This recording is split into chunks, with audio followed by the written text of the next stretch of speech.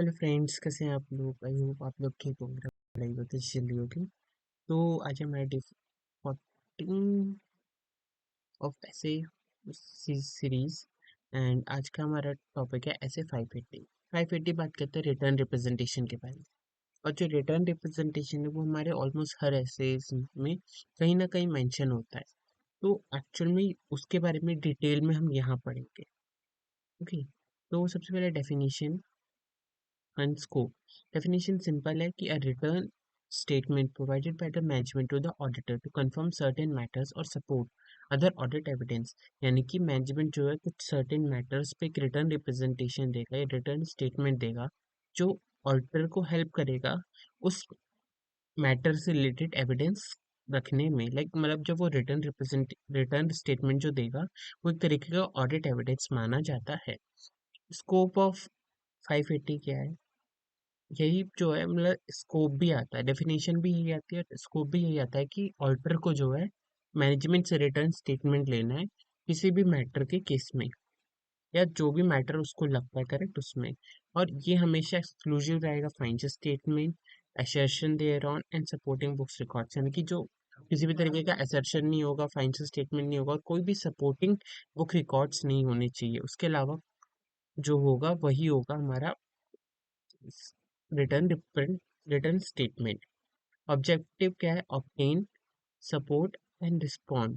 Okay, obtain to obtain written representation from management and TCWs that believe have fulfilled their responsibilities for the preparation of the financial statement and completeness of the information provided to the auditor। सबसे पहला इस topic पे हम obtain करेंगे कि management ने जो है फाइनेंशियल स्टेटमेंट रेडी करने के लिए जो भी उनकी रिस्पॉन्सिबिलिटी थी उसका प्रॉपर कंप्लायंस किया है। दूसरा कि उस और जो भी इंफॉर्मेशन ऑडिटर को दी गई है वो करेक्ट है। उसके बाद आता है सपोर्टिव, यानी कि other audit evidence relevant to the financial statement specific assertion in the financial statement by means of written representation. यानी कि जो भी हमें बाकी एविडेंस मिलेंगे वो किसी भी रूप में हो सकते हैं। लाइक मतलब कोई इनवॉइस के है, कोई अदर एविडेंस है, उनको कंफर्म करने के लिए और उसके उसके स्पेसिफिक असर्शन के लिए कि हाँ ये एविडेंस जो है वो करेक्ट है, हम रिटर्न रिप्रेजेंटेशन भी लेते हैं। Respond to response appropriately return representation provide by management और if they are not provided. और बाकी तीसरा पॉइंट आता है कि अगर वो प्रोवाइड करते हैं तो उस पर कैसे रिएक्ट करना है। लाइक मतलब कि मैनेजमेंट जो है रिस्पॉन्ड करेगा एंड अगर नहीं करते तो फिर उस केस में क्या करना है।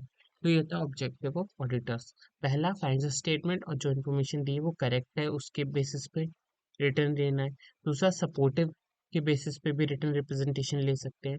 एंड तीसरा, रिस्पॉन्ड के बेसिस पे, यानी कि हमने कुछ पूछा उस और सामने वाले को मैनेजमेंट या टीसीडब्ल्यू को उस पर रिप्लाई करना है, वो भी रिटर्न में ले सकते हैं। The nature of audit evidence necessary but not sufficient.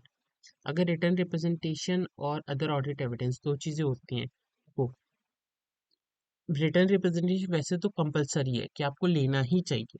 और मोस्ट ऑफ द केसेस में ये कहा जाता है कि अगर रिटर्न रिप्रेजेंटेशन लिया है ना तो इसमें लाइबिलिटीज मैनेजमेंट की ज़्यादा हो जाएगी, ऑडिटर की कम।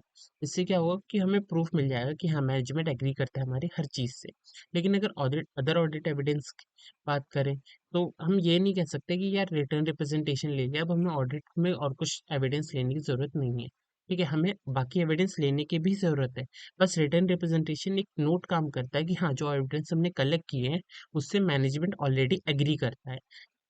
जिससे क्या है कि मैनेजमेंट के ऊपर ब्लेम, वो ऑडिटर पे ब्लेम नहीं आता कि हमने मैनेजमेंट से डिस्कशन नहीं किए हैं और मैनेजमेंट को इन्फॉर्म नहीं किया है कि ऐसा ऐसा कंपनी में ऑलरेडी हो रहा है। Although return representation provide necessary audit evidence, important evidence है ऑडिट का, they do not provide sufficient appropriate audit evidence in their on. लेकिन वो खुद में एक सफिशिएंसी और अप्रोप्रिएटनेस क्रिएट नहीं करता। डेट ऑफ कवरेज हमेशा रहता है near of the audit report, यानी कि जिस दिन ऑडिट रिपोर्ट साइन करनी हो उससे जितना पास में आप रिटर्न रिप्रेजेंटेशन होगा उतना बेस्ट है। Okay, management responsibilities in preparation. Auditor shall request management to provide written representation।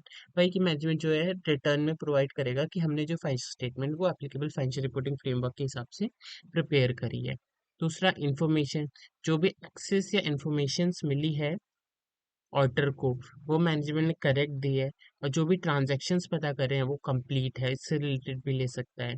Doubt of reliability, अगर इनकंसिस्टेंसी होती है यानी किसी भी तरीके से ऑडिट एविडेंस पे या किसी भी मैटर में इनकंसिस्टेंसी लगती है, and perform procedure to resolve the matter, और हम वहाँ पे प्रोसीजर लगाते भी हैं लेकिन फिर भी वो अनरिलायबल हो जाता है, तो उस केस में हम जो है एस एस 500 के 705 के अकॉर्डिंग मॉडिफाई ओपिनियन करेंगे। ओके, 705 हम कल पढ़ेंगे, 700 और 705। ओके, उसमें मॉडिफिकेशन के बारे में पूरा डिस्कशन होगा। यहाँ पे सिंपल है, अगर किसी भी तरीके की इनकंसिस्टेंसी लगती है, रिलायबिलिटी पे डाउट लगता है, तो उसको चेक करो एंड देन उसके बाद उसके हिसाब से मॉडिफाई ओपिनियन दे दो। व्हेन रिप्रेजेंटेशन इज रिफ्यूजेस, सबसे पहले discuss the auditor shall discuss auditor shall discuss the matter with management, सबसे पहले जो है मैनेजमेंट के साथ मैटर डिस्कस करो, किस बात पे रिटर्न रिप्रेजेंटेशन लेना है। Evaluate the integrity of document and the reliability of other representation, यानी कि जो भी हमें रिटर्न रिप्रेजेंटेशन देने वाला है उसकी इंटीग्रिटी पे रिलायंस करो, क्या वो करेक्ट है कि नहीं। Take action, access impact on the audit report and issue modification as per S 500, अगर वो नहीं लगता है ठीक तो उस केस में रिटर्न रिप्रेजेंटेशन ले लो, या रिटर्न रिप्रेजेंटेशन सामने वाला मना करता है कि हम नहीं दे रहे हैं, तो उस केस में फिर आपको ऐसे ही 705 के हिसाब से ओपिनियन मॉडिफाई करना पड़ेगा। यानी कि मैनेजमेंट या टीसीडब्ल्यू अगर मना कर देते हैं कि हम रिटर्न रिप्रेजेंटेशन नहीं दे रहे हैं, उस केस में फिर जो ऑडिट रिपोर्ट है उसको मॉडिफाई कर दो। ठीक है, तो यही था हमारा एस 580। इसमें पहले स्कोप की बात करता है कि उसमें फाइनेंशियल स्टेटमेंट, असर्शन और बुक्स ऑफ अकाउंट्स नहीं आएगा। उसके अलावा जो रिटर्न में स्टेटमेंट दी जाती है वो कंफर्मेशंस होते हैं। टाइमिंग और वैल्यूज, रिस्पॉन्सिबिलिटीज और रिस्क के बारे में बात करता है। चार चीजें मेन थी एंड हमने इसको पूरा एस 580 कवर कर लिया। ओके, तो यही था हमारा ऐसे। एंड इसके बाद क्वेश्चंस। ओके, इसमें भी दो ही क्वेश्चंस आए हैं अभी तक। सबसे पहले आया था मई 24 में, लेकिन मतलब क्वेश्चंस और भी एमटीपी वगैरह में आते हैं और एमसीक्यू कई बार पूछ लेता है। तो क्या कहता है, guide the auditor and management in this respect, इस रिस्पेक्ट में, at the time of receiving written representation of the management responsibility from the management was an dilemma related to date and period covered by the written representation. But the new management was the view that they can give the representation on the date prior period when the old management were managing affairs of the company. देखो अब यहाँ पे क्या क्या हो रहा है कि जो ऑडिटर है वो तो पूरे साल का रहेगा जिसमें उसने ऑडिट किया है, लेकिन जो मैनेजमेंट है ना वो बीच में चेंज हो गया, तो ये केस हमेशा पूछेगा कि अगर मैनेजमेंट चेंज हो गया है तो क्या वो जो नया मैनेजमेंट है वो सिर्फ उसी टाइम पीरियड का देगा जिस टाइम पीरियड का मैनेजमेंट था। ऐसा नहीं होगा, उसे प्रीवियस टाइम का भी देना पड़ेगा। अगर मान लो ऑडिट स्टार्ट हुआ अप्रैल में और मई में या जून में जाके मैनेजमेंट चेंज हो गया, तो 2 महीने का भी वही न्यू ऑडिट मैनेजमेंट ही जो है रिटर्न रिप्रेजेंटेशन देगा और कोई नहीं देगा। ओके, तो ये है तो 4 नंबर का question. Near the particular but not after the date of the auditor's report, यानी कि उसके पास में लेना है लेकिन उसके बाद नहीं ले सकते, जरूरत ही नहीं पड़ती क्योंकि वो रिलेवेंट नहीं रहता। For all financial statement refer to the order, ये तो डेफिनेशन हो गई simple. Furthermore, because of the order concerned with the event occurring up to the date of the order, report may require adjustment of the financial statement, return representation date, but practically, but not after the date of the auditor's report on the financial statement. अब ये क्या बात करता है, यहाँ पे बोल रहा है, ये भी ऑलमोस्ट वही चीज कह रहा है कि जो ऑडिटर रिपोर्ट है वो पर्टिकुलर टाइम पीरियड की होनी चाहिए, ना कि auditor report of financial statement, मतलब ऑलमोस्ट सेम चीज है। ऑल द पीरियड रिफर्ड, ये वाली लाइन याद रखना। रिटर्न रिप्रेजेंटेशन जो है सारे पीरियड का लिया जाएगा जिसमें जो भी ऑडिटर रिपोर्ट में मेंशन है, यानी कि अगर रिपोर्ट में आप 1 साल का मेंशन कर रहे हो तो पूरे 1 साल का रिटर्न रिप्रेजेंटेशन रहेगा उसके रिलेटेड। 6 महीने का ऑडिट रिपोर्ट है तो 6 महीने का रहेगा। Okay, representation previously made with respect of the prior period remain appropriate, यानी कि उससे रिलेटेड जो भी रहेगा वो सब रहेगा। और इस सिचुएशन अब यहाँ केस की बात कर देता है कि करंट मैनेजमेंट जो है वो not present during all period, सारे पीरियड में अवेलेबल नहीं था जो ऑडिट रिपोर्ट में मेंशन है। मैं असर्ट दैट दे नॉट, मतलब वो कह रहा है कि मैं उस पोजीशन में नहीं हूँ कि मैं हर एक का दे सकूं, and written representation because they are not place during the period, क्योंकि वो उस पीरियड में नहीं था. This fact with the statement as a whole accordingly the requirement of the auditor, representation still applies view of the above case. देखो यहाँ पे सिर्फ ये आता है, ये वाली लाइन सिर्फ इतनी है कि वो स्टेटमेंट की बात कर रहा है, वर्डिंग्स की आता है. लेकिन अगर देखो सबसे पहले आपको क्या लिखना है, रिटर्न रिप्रेजेंटेशन के बारे में लिखना है. ओके, कि जैसे 580 रिटर्न रिप्रेजेंटेशन है, वो कहता है कि सारे पीरियड्स पे लेना पड़ेगा जो भी ऑडिट रिपोर्ट में मेंशन होगा. ओके, और वो फाइनेंशियल स्टेटमेंट बेसिस पे, फाइनेंशियल स्टेटमेंट जो प्रॉपर है उसके बेसिस पे लिया जाना चाहिए. और return representation period, then last में पहले सिचुएशन बता दी क्या सिचुएशन हो रही है, एंड देन उसका कंक्लूजन कि जो है मैनेजमेंट भले ही चेंज हो गया था लेकिन उस मैनेजमेंट को भी पूरे पीरियड का ही देना पड़ेगा रिटर्न रिप्रेजेंटेशन. ओके, थोड़ा वर्डिंग्स का है, समझ लोगे तो लिखने में इजी रहेगा, नहीं समझोगे सिर्फ रटने जाओगे तो समझ लिखना मुश्किल हो जाएगा. ओके, क्योंकि डायरेक्ट क्वेश्चंस मुश्किल से ही आते हैं, केस आएगा, अगर केस समझ आ गया तो लिखते भी इजीली बन जाएगा. ओके, दूसरा क्वेश्चन आया था May 25 में 5 नंबर का, ये वाला तो 4 नंबर का था, ये इस 5 नंबर का आया था. और इसमें क्या पूछा था, mention such other representation which may supplement but do not form part of written representation relating to management responsibility regarding the preparation of financial statement.